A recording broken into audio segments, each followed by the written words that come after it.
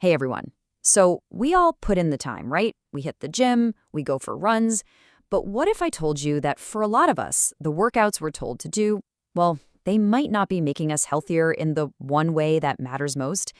Today, we're going to dig into the science to figure out what really moves the needle on your fitness and, believe it or not, your longevity. So, let me just ask you this straight up.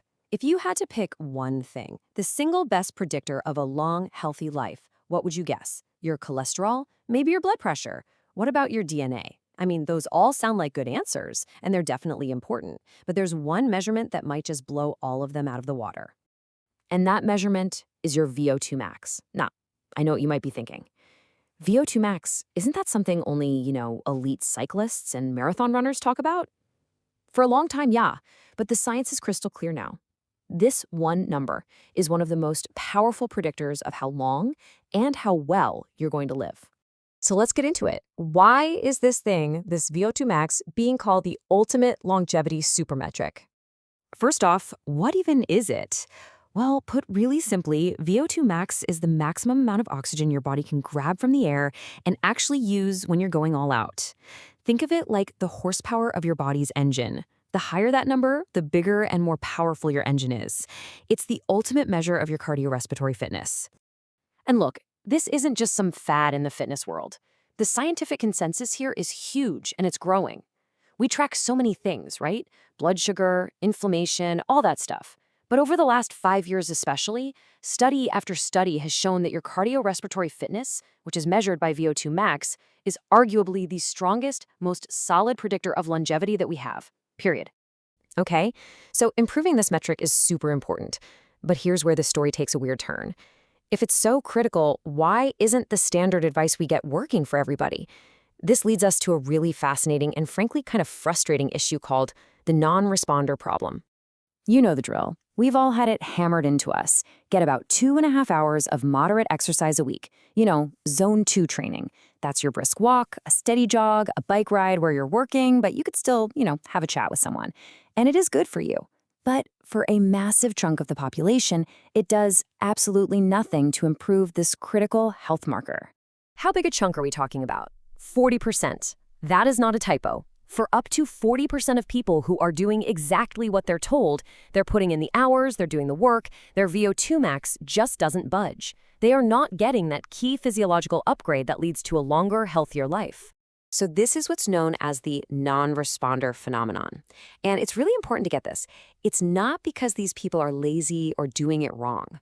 The best theory we have is that for them, that moderate zone 2 exercise, it's just not a strong enough signal.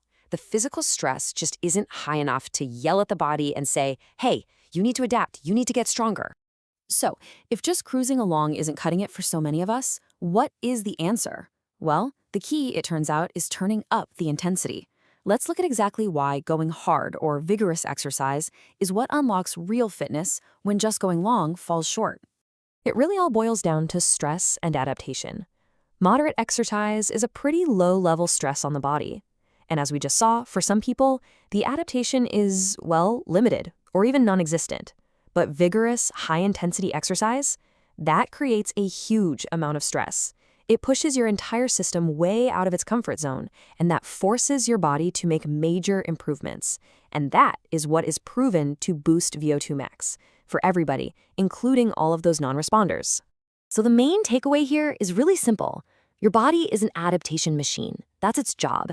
And when you give it a real, significant challenge, like a short burst of really hard work, it has no choice but to respond by upgrading itself to handle that stress better next time. For your heart and lungs, that upgrade is a higher VO2 max. Okay, that's the theory, and it sounds great.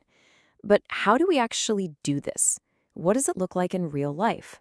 Well, luckily, scientists have figured out a super effective and, honestly, very time-efficient way to do it. Let's break down what's called the Norwegian 4x4 protocol. And it's so simple. First, you warm up for a few minutes, then the real work starts. You go for 4 minutes at the absolute highest pace you think you can sustain for that entire 4 minutes. That's the key part. It's not a 30-second sprint. It's a hard, steady effort. After that, you recover for 3 minutes, just super easy. And then you just do that 3 more times. The whole thing, warm up and cool down included, is about 30 minutes. That's it. You can do this on pretty much any cardio machine you like, a stationary bike, a rower, a treadmill, an elliptical, whatever. The most important thing, I can't stress this enough, is to pace yourself. The goal is to make that last 4-minute interval just as hard as the first. And hey, if you're new to this, that's totally fine. Just start at a lower intensity that feels challenging to you and build up over the weeks. Consistency is everything here. And if you're thinking, wow, that sounds really hard, well, it is. But if you need a little motivation, get this. One incredible study found that doing this exact workout just once a week was enough to reverse some key markers of cardiac aging by an average of 20 years. I mean, come on, that is an absolutely insane return on your investment for one tough workout a week. So we'll just leave you with this question to chew on. Knowing that maybe 40% of us aren't getting the full longevity benefit from our current routine, could adding just one of these short, intense workouts each week completely change your health trajectory for the better? Based on all the science we've just seen, the answer seems to be a pretty huge yes. Thanks so much for tuning in.